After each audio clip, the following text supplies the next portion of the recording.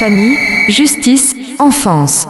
Bonjour et bienvenue sur Famille, Justice, Enfance. Aujourd'hui, un direct depuis les studios de Radio Libre en Périgord sur RLP, à Coulommiers-Chamiers, près de Périgueux, un direct donc avec Morgane et normalement Toumani Nimaga, éducateur spécialisé, diplômé d'État, qui est en train de finaliser ses réglages techniques, mais qui devrait nous rejoindre incessamment sous peu. Donc aujourd'hui nous allons parler protection de l'enfance. Protection de l'enfance, qu'est-ce que la protection de l'enfance? D'où vient-elle? En quoi cela consiste-t-il? Qu'est-ce donc que l'ordonnance de 1948 d'après-guerre qui a instauré ces problématiques, ces procédures d'aller protéger les enfants lorsqu'ils étaient en danger de manière visible et évidente. Au départ, c'était une ordonnance qui demandait une ingérence d'État dans des circonstances absolument exceptionnelles. C'était le débat d'origine. On demandera aussi à Toumani de nous présenter son parcours avec sa spécificité, sachant que lui s'est mis éducateur en libéral. Alors c'est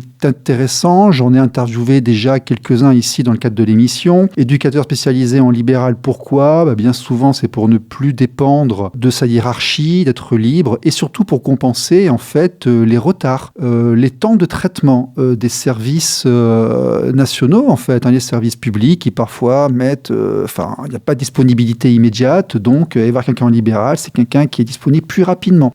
Nous regarderons aussi, nous envisagerons les dérives de l'aide sociale à l'enfance, et puis nous regarderons aussi effectivement comment est-ce que la population réagit par rapport à ça, mais également comment les gens qui y sont à l'intérieur, parce que être travailleur social, bien souvent, on est en fin de ligne, on est après le travail effectué par les administratifs, après les assistantes sociales, des attachés, ce genre de choses, et bien souvent, le monde de l'éducatif, des psychologues, des véritables professionnels de terrain, a une réalité qui est extrêmement éloignée de la vision idéalisée des politiciens et des administratifs. Toumani, tu vas bien ? Oui, ça va. C'était juste pour savoir est-ce que vous m'entendez, parce que là, l'histoire de la caméra, j'ai toujours pas pu régler. De toute façon, nous sommes à la radio, déjà. Donc, l'important, c'est effectivement le son. Je t'ai un petit peu présenté. Est-ce que tu pourrais dire qui tu es, d'où tu parles? Qui es-tu, en fait, Toumani Nimaga? Je suis un papa de 53 ans. J'ai 5 enfants. Ça, c'est pour vite fait ma situation...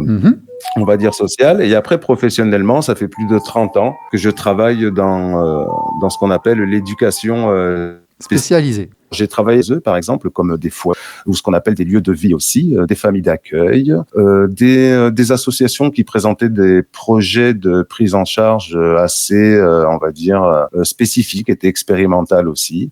J'ai travaillé aussi pour la protection judiciaire de la jeunesse, notamment en centre éducatif renforcé et centre éducatif fermé, mais là, ça s'adresse plutôt à des jeunes qui apparaissent non pas sur les radars de l'ASE, mais sur ceux de la justice. Donc, c'est des gamins qui ont commis des délits, qui sont passés devant un juge et qui ont été sanctionnés, et certains même en prison, puisqu'il existe des établissements pénitentiaires pour mineurs. Et j'ai travaillé aussi donc en établissement pénitentiaire pour mineurs, c'est-à-dire prison pour mineurs, notamment à Lavore dans le Tarn. Et j'ai aussi travaillé avec les enfants qui sont sous la tutelle de la MDPH, c'est-à-dire des enfants qui sont reconnus comme handicapés avec des troubles du comportement. Alors l'handicap, ça va du trouble des caractères et du comportement, et ça peut aller jusqu'à des handicaps physiques lourds, mais des enfants qui étaient accueillis en IME et en ITEP. Certains en internat, c'est-à-dire qu'on les recevait le lundi et ils repartaient le vendredi pour le week-end chez leurs parents, et d'autres qui étaient accueillis en journée, c'est-à-dire de 8h30 le matin à 17h30 le soir. D'accord. Voilà. Donc tu es un professionnel aguerri avec plusieurs années d'expérience, et tu as aussi une expérience individuelle. Quand on a 5 enfants, c'est pas anodin, tu vois. D'ailleurs, moi je dis qu'il faut être parent pour savoir ce que veut dire et ce que signifie l'âge tendre, par exemple.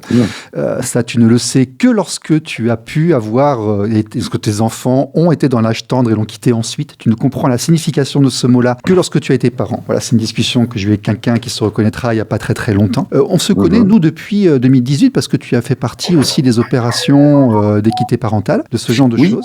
Oui, aussi. Plusieurs fois.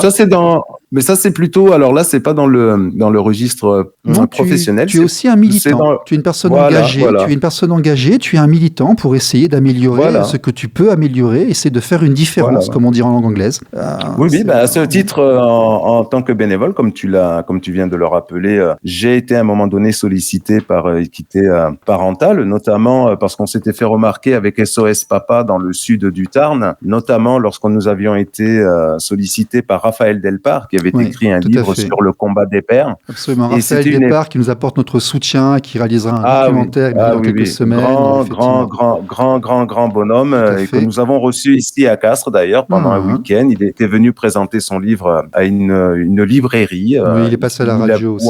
Oui, mais là on avait carrément sur Castres avec le concours d'une librairie, et on l'avait accueilli, il avait présenté son livre et il y a eu un échange, un débat en plus avec des personnes qui étaient venues et entre autres, parce qu'après il y a maintenant aussi l'association Démocratie Participative Castraise qu'on a montée avec des amis ici sur place. Enfin bref. Donc tu es le président. J'ai plusieurs casquettes. Voilà, tout à fait. Voilà. Ok. RLP. Radio Libre en Périgord. Famille, justice, enfance. Bon, RLP, Toumani Nimaga. L'ASE, qu'est-ce que c'est ? Alors, l'ASE, déjà, le sigle ASE signifie aide sociale à l'enfance. Et c'est une institution qui relève du conseil départemental, en fait. Depuis la décentralisation, c'est-à-dire le milieu des années 90, à partir du moment où a été annulé, enfin, éliminé, c'est plutôt le mot employé. Peut-être que pour les plus âgés, pour nous, ceux de notre génération, peut-être pas les plus jeunes, mais pour nous, de notre génération, la DAS, ce sont des sigles qui nous parlent. C'était la direction départementale de l'assistance sanitaire et sociale. Oui. Et donc, il y avait donc un ministère d'assistance sanitaire et sociale. Donc, quand celui-ci a été démantelé, la responsabilité d'accueillir et de faire le travail que réalisait ce ministère a été dévolue au département et un peu par la force, sans vraiment le préparer à l'avance. Voilà. Donc, ça a été confié au département. C'est-à-dire qu'en fait, l'ordonnance de 48 mettait en place une administration nationale au départ. Voilà. C'était une responsabilité nationale avec ce ministère. Ce ministère qui avait son siège à Paris avait ensuite ses délégations départementales et régionales, un peu comme la PJJ. Il y a la direction nationale et après il y a la direction régionale et les départements avec chacun leur direction départementale. Pour faire comprendre vite fait, si demain la justice était décentralisée aux conseils aux conseils départementaux, il se passerait exactement la même chose. Je ne sais pas comment ils le nommeraient, mais la justice ne serait plus une responsabilité de l'État avec un ministère, mais à chaque département de France de le gérer en fonction de ses moyens, de ses capacités et évidemment de la politique qu'il a déjà préparée à cet effet. C'est ce qui est arrivé avec la DAS. C'est pas comme si la loi est appliquée de la même manière dans chaque institution et chaque juridiction, n'est-ce pas ? Bon. RLP. Radio Libre en Périgord. Famille, justice, enfance. Donc au départ, c'était ça. Et donc, cette décentralisation, le fait qu'il n'y ait pas une aide sociale à l'enfance, mais des aides sociales à l'enfance, qu'est-ce que ça signifie aujourd'hui et en fait, quelles en sont devenues les dérives de cette bonne intention initiale ? Alors, le bon sentiment au départ, c'est qu'on a donné la responsabilité à chaque département de gérer cela, mais chaque département n'est pas égal face aux problèmes que représente l'accompagnement des familles en difficulté et notamment celles qui manifestent, parce qu'il y a des familles qui ne manifestent pas et qui passent sous les radars, mais là on parle des familles qui le manifestent, que ce soit les parents ou les gamins par leur comportement et qui se retrouvent par la force des choses devant un juge des enfants. Alors quand le juge des enfants aujourd'hui prend la décision sur la demande de la cellule d'information préoccupante qui est sous la responsabilité du département, celui-ci, le juge, se fie souvent aux services sociaux de l'ASE, puisque ce sont les seuls habilités à faire des rapports ou à donner des orientations au juge. Donc souvent, lorsqu'il préconise un placement, par exemple, le juge va prononcer une ordonnance de placement provisoire, ce qu'on appelle une OPP. Petite parenthèse au départ, ce ne sont pas des professionnels de l'enfance qui interviennent et qui font non. Ce sont des administratifs, ce sont des assistantes sociales, ce sont des fonctionnaires territoriaux qui passent un concours et qui intègrent la fonction territoriale. Voilà. Mais le problème, ce ne sont pas des éducants, ce ne sont pas des gens qui ont une connaissance d'accord. Et c'est eux qui envoient ça au juge et qui disent d'accord, ok. C'est important de le dire quand même. D'accord. Ouais. Oui, mais non, mais je le souligne, mais j'allais l'expliquer. Oui, mais j'en profite si tu veux. Mais tu fais bien. C'est que malheureusement, parfois, ces fonctionnaires intègrent la fonction territoriale de l'ASE suite à un concours dont les portes leur ont été ouvertes soit par un diplôme d'éducateur spécialisé pour ceux qui deviennent éducateurs spécialisés du département, notamment l'ASE, les équipes de l'ASE et éducateurs référents, ou un concours de ce qu'on appelle conseillère économique et sociale ou d'assistante sociale. Voilà. Mais la plupart du temps, ce sont des personnes qui n'ont pas expérimenté, ce sont des diplômés tout frais, et très peu ont expérimenté déjà et pratiqué et travaillé dans ces milieux-là. Ils sont en début d'expérience et certains n'ont même jamais eu d'enfant encore. Et certains, non, c'est ce que j'allais te dire. Certains, et même beaucoup, n'ont jamais expérimenté même la paternité ou la maternité dans le cadre personnel. Donc, c'est des jeunes tout frais mollus, diplômés qui arrivent et surtout avec le savoir accumulé en théorie. Mais après, en pratique, il y a beaucoup de choses qu'ils ignorent. Et en plus, ils sont sous la hiérarchie de laquelle ils dépendent, c'est-à-dire ils ont un chef de service qui elle-même est rattaché à un directeur, qui elle-même un directeur de zone, qui elle-même est rattaché à une direction départementale. Voilà. Qui donc c'est sont des purs administratifs qui ont passé des concours d'attachés, qui ont passé des cadres A. C'est des cadres A qui ont leurs ambitions politiques et c'est là que la vision idéalisée, parfaite, a lieu et parfois une certaine déconnexion. Idéalisée, mais surtout, moi, ce que je constate, c'est qu'elle est surtout, en déconnexion totale avec la réalité des familles et la réalité des enfants. Et qui plus est, d'un département à l'autre, les familles en difficulté ne sont pas à égalité. Il y a des départements qui ont très peu de moyens. Je parle de départements ruraux, par exemple, qui se retrouvaient déjà avec pas trop de moyens, ni, on va dire, un schéma. Pourtant, tout le monde, par la loi, chaque département, même s'ils sont 100, ils doivent avoir le même schéma départemental, c'est-à-dire les mêmes règles de fonctionnement. On implique les familles dans la création du PPE, c'est-à-dire le projet pour enfants. On y implique, en thèse, les difficultés, en antithèse, les objectifs qui sont fixés et à travailler, et en synthèse, les objectifs que fixe le juge de ce moment où est prononcé l'OPP jusqu'au nouveau passage devant le juge pour savoir si cette mesure va être levée ou s'il y a nécessité de continuer à la prolonger 9 mois supplémentaires. Donc effectivement, cette ordonnance 48 qui dit que les enfants qui sont élevés par des personnes qui sont indigentes, qui n'ont pas à manger, dont les besoins fondamentaux ne sont pas révolus, qui sont en train de manger dans la rue, qui sont mal habillés ou qui ne sont pas aimés, qui sont tabassés, au départ c'était ça. On va dire qu'ils sont victimes de maltraitance avérée, qui ont été signalées. Vraiment très importante, qui justifie qu'on aille les mettre dans des environnements qui ne sont pas formidables, il faut le dire. On sait, tout ce qu'on entend un petit peu sur l'ASE, sur la DAS et autres. Malheureusement, il se trouve que parfois, pas tout le temps, mais parfois c'est vrai. Donc ça veut dire qu'on prend les risques, on met des enfants parce que là où ils sont, c'est encore pire que ça en fait. La logique au départ, c'est celle-là quand même. Oui, mais là, on parle de la théorie. Oui, c'est ça. Pour l'instant. En théorie, c'est comme ça. En théorie, ça s'adresse. En théorie, c'est ça. Voilà. En théorie, ça s'adresse à des enfants qui sont vraiment en situation de maltraitance. Et d'ailleurs, quand ça se déroule selon la théorie, la pratique est toujours justifiée et la plupart du temps, elle se passe bien. Mais le problème, et c'est ça l'un des principaux dysfonctionnements actuels des LASE, c'est que moi, ça aurait été intéressant que d'autres collègues en parlent, et notamment ceux qui ont l'habitude de travailler avec l'ASE, c'est que malheureusement, on s'aperçoit que cette notion de protection a été dévoyée, qu'aujourd'hui beaucoup de familles et d'enfants se retrouvent avec une information préoccupante et une convocation devant un juge sur la base d'accusations qui sont fallacieuses et qui ne sont pas du tout basées sur une vraie maltraitance ou une vraie défaillance parentale. Et c'est là que ça devient compliqué. Parce qu'on retire ces enfants d'une famille où il y a un cadre qui est posé, où la plupart des besoins de base sont assurés, l'enfant va à l'école, l'enfant est soigné, l'enfant n'est pas déscolarisé, mais on apprend par exemple dans un rapport de l'ASE que les parents seraient trop cadrants, ils seraient trop rigides, ils auraient à la maison... Pour un tiers d'entre eux, il y a un conflit parental, une séparation qui se passe mal. Maître Hamas nous expliquait qu'un tiers des placements, c'est les enfants, c'est les parents qui se disputent. C'est ce que j'allais te dire. Ça, c'était avant. Aujourd'hui, depuis quelques années, l'excuse fourre-tout, c'est le conflit parental. Voilà. Ils mettent devant conflit parental et le conflit parental devient un motif de placement. Alors que non, pas du tout. Le conflit parental engage les parents, il n'engage pas les enfants. Et le conflit parental apparaît lorsque les parents divorcent ou se séparent. Donc ce sont les parents qui se séparent, ce ne sont pas les enfants. Mais nous on le dit ici, je l'ai entendu plusieurs fois, si tu veux faire une crasse à ton voisin ou quelqu'un que tu n'aimes pas, tu fais une information préoccupante en disant il paraît que, et il y a très très grande chance qu'il y ait beaucoup de problèmes qui se passent ensuite.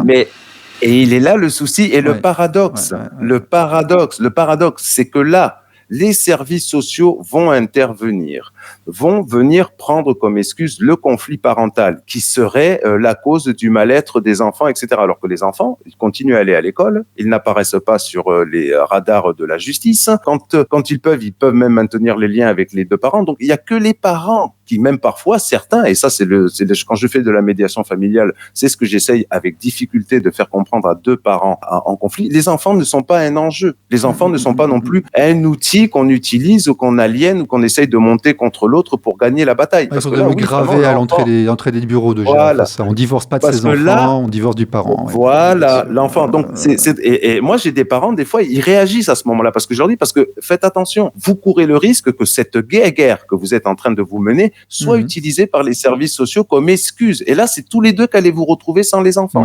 Et à partir du moment où vous allez vous retrouver sans les enfants, ça va être très, très, très compliqué de les récupérer. Et souvent, les parents sont incrédules. RLP. Radio Libre en Périgord. Famille, justice, enfance.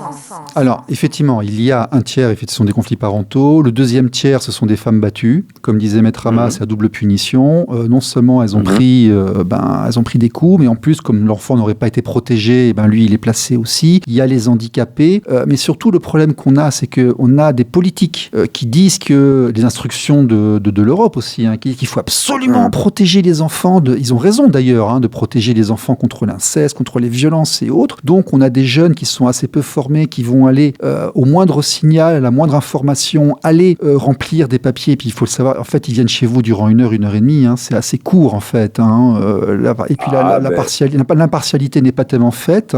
On ne verra jamais un procureur aujourd'hui dans l'ambiance politique actuelle refuser une IP. Donc, en fait, ça se termine au juge des enfants. Et le juge des enfants va se baser à 95% sur le rapport qui lui vient des services sociaux. Et à ce moment-là, l'enfant va arriver au niveau des vrais professionnels. Et là, les vrais professionnels, ils vont commencer à halluciner. Et après, qu'est-ce qui se passe au niveau des vrais professionnels ? C'est dans quel état, en fait, la réception des enfants, là, en bas, là ? Alors, déjà, il y a le souci de la manière dont se déroule, justement, le retrait des enfants au domicile parental pour être confiés ensuite aux services sociaux de l'ASE.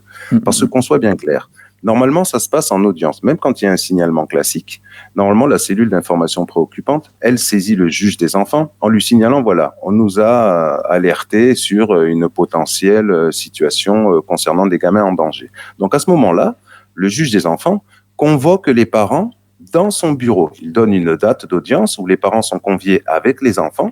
Et à ce moment-là, cette audience, ce débat qui va avoir lieu, est considéré, est à la base contradictoire. Déjà, c'est des gens qui vous parlent mal et qui vous convoquent d'entrée, c'est comme ça. Voilà. Déjà, oui, non, mais vous êtes convoqué, mais bon, encore, au moment où vous vous retrouvez devant la porte, souvent entre le moment où vous vous retrouvez à la convocation et le moment où vous avez reçu la lettre qui vous signale que vous apparaissez maintenant officiellement sur les radars de la justice des mineurs et que vous allez devoir venir, du juge des enfants, et que vous allez devoir venir vous expliquer devant ce juge parce qu'il y a un risque qu'on vous retire les enfants. Normalement, il y a un délai de 4 à 6 semaines qui se déroule. Donc, normalement, pendant ce délai de 4 à 6 semaines, souvent les parents se retournent vers un avocat puisqu'ils sont un peu dépassés. Je parle bien des parents qui ne comprennent pas ce qui est en train de leur arriver parce que pour eux, il n'y a pas de dysfonctionnement, il n'y a pas de maltraitance. On parle de conflit parental. Oui, la société a encore l'image de la version on va sauver les enfants et si jamais on intervient, c'est qu'il y a une raison. On a encore cette image d'Épinal, de moins en moins, mais elle est encore très présente. Donc les gens se disent mais les gens, non, souvent, ils vont se rendre compte, ils vont voir,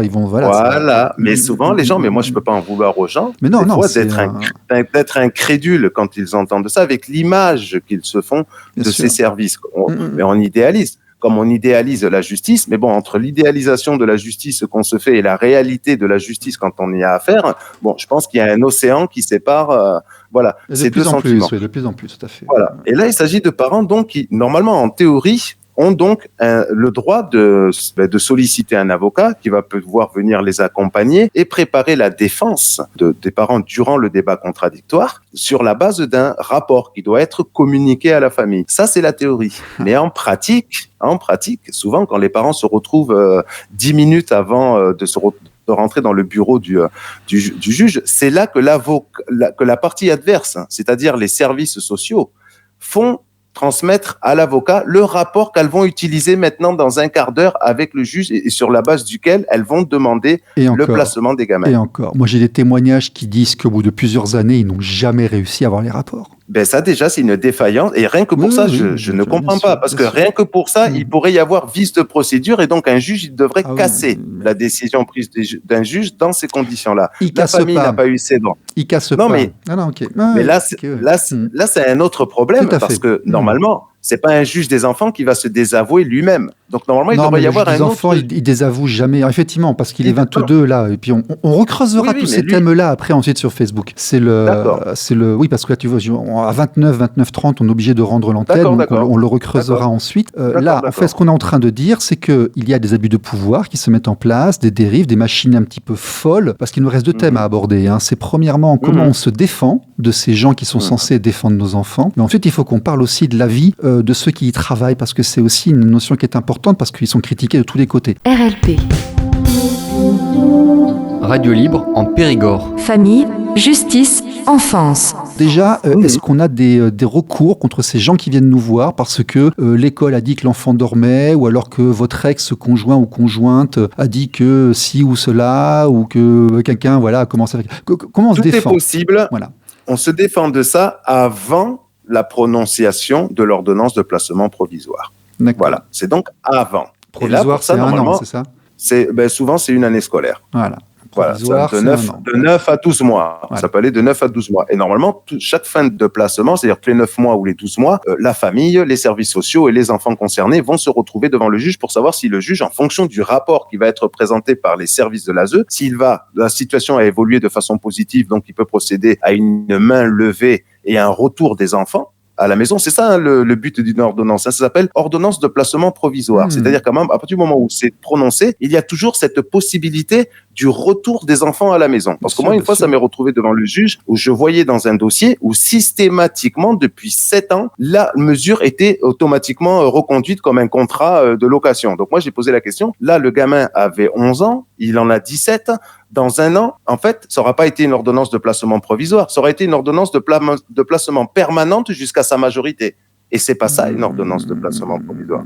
Voilà. Et l'ASE, donc, réalise un rapport, et le juge, c'est ça le principal problème, c'est que le juge des enfants se fie à 200% au rapport de l'ASE. Alors, il y a une autorité qu'on peut aller voir, il y a un organisme de gestion, de contre-pouvoir, on peut porter plainte contre quelqu'un, on peut s'adresser à quelqu'un. Oui, mais après tous les chemins mènent au TGI, au procureur et au président du même tribunal. Qui vont écouter les 4 pages qu'ils reçoivent, fait par des administratifs jeunes. Je n'ai jamais vu un procureur ou un président de TGI sollicité par une famille en conflit ouvert avec la décision d'un juge et des services sociaux intervenir et venir désavouer la décision d'un juge. Donc, il n'y a aucun moyen. Tout à fait. Et quand on se plaint au directeur du département, celui-ci va dire la justice est indépendante, donc y compris le département. À moins qu'on ait la chance d'avoir un avocat qui, lui, un avocat qui fait bien son travail et qui arrive à faire prendre conscience aux juges et aux services sociaux que non, que la Alors situation ça doit il faut évoluer. le dire aussi, c'est que dans ce système qui se met en place et tout, on commence à dépenser de l'argent. Si on est solvable, on va donner beaucoup d'argent. Si on n'est pas Beaucoup pour solvable, il se rien. passe beaucoup pour pas grand-chose, voilà. Parce que Beaucoup très pour rien. clairement, un placement, c'est déjà 10-15 000 balles de frais qui arrivent d'entrée comme ça. Oui, oui. Hein, c'est, Ah oui. ouais. Et le problème, c'est que l'ordonnance de placement, quand il s'agit de gamins qui sont placés en foyer et en MEX, il y a un autre enjeu qui apparaît et qui n'est pas écrit dans le rapport de l'ASE, c'est que l'enfant, dans la famille d'accueil où il est placé ou dans le foyer où il est passé, l'ASE, comme elle sous-traite cette décision qui est prise par la juge, c'est pas l'ASE elle-même qui accueille physiquement ses enfants dans des internats qu'elle a elle avec un Non. personnel Ce sont estampillé et des formé. associations avec délégation de services d'État. Et des Alors, associations à but non lucratif. Oui. Ça, c'est des associations loi 1901. Mais la réalité, c'est que ces structures, lorsqu'elles tombent sur des enfants qui sont placés là sur des motifs légers, mais qui s'avèrent être des gamins paisibles, des gamins qui vont à l'école, qui font leur sport, qui mettent jamais, l'équipe pédagogique en difficulté, tout ça, plutôt que de les renvoyer chez eux, dans la structure, on préfère les garder jusqu'à leur majorité parce que le département paye 5 000 € par enfant placé Par dans le foyer, par mois. Par Et mois. oui, non, le département Ah vous oui. paye 5 000 € par mois pour un enfant qui est bien, qui se comporte bien. Qui a pas pas pour un des enfant, fois qui a des problèmes, qui a pas de problème scolaire, qui ouais, pas tout à fait. pour un enfant qui, quand on vous le présente, est déjà inscrit dans la déscolarisation, dans la délinquance ou qui même fugue. Parce qu'ici, il y a des structures dans le Tarn où il y a des gamines qui sont déclarées en fugue pendant 15 jours en fugue, déclarées absentes du foyer. Et c'est la police, sur une injonction d'un juge d'application Et des elle ne peines, qui les fuguait retrouve. pas avant d'arriver au foyer. D'accord. Non. D'accord. Mais le fait d'être placé, ça leur a permis de fuguer. RLP. Radio libre en Périgord. Famille, justice, enfance. Très rapidement, là, aujourd'hui, en 2023-2024, on a les structures pour s'occuper correctement des enfants que l'on reçoit en 30 secondes.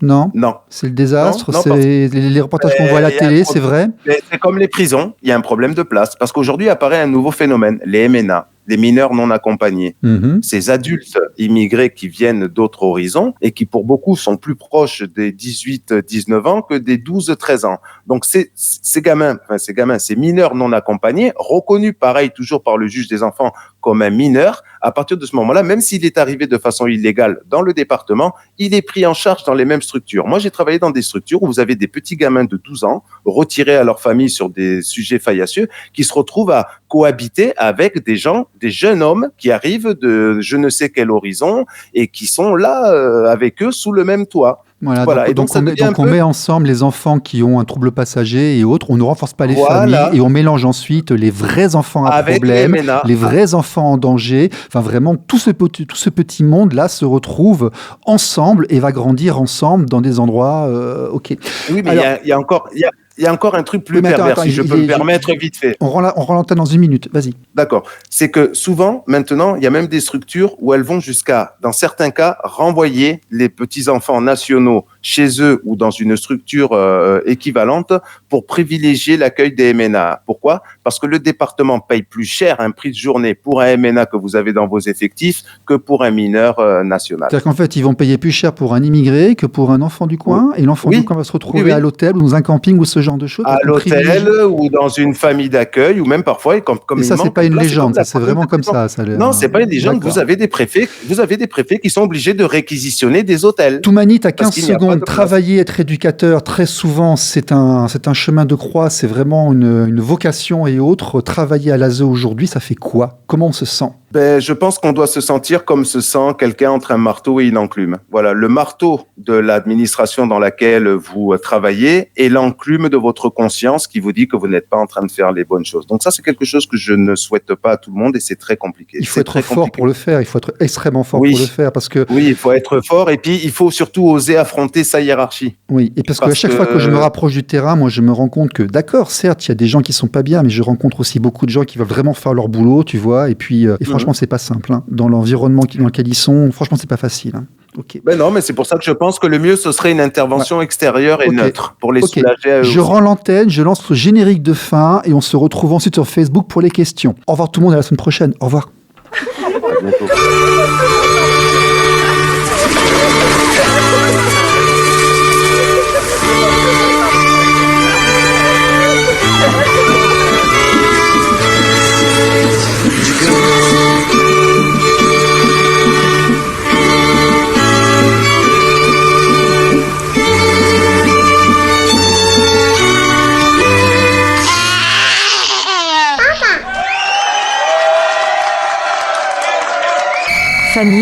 justice, enfance.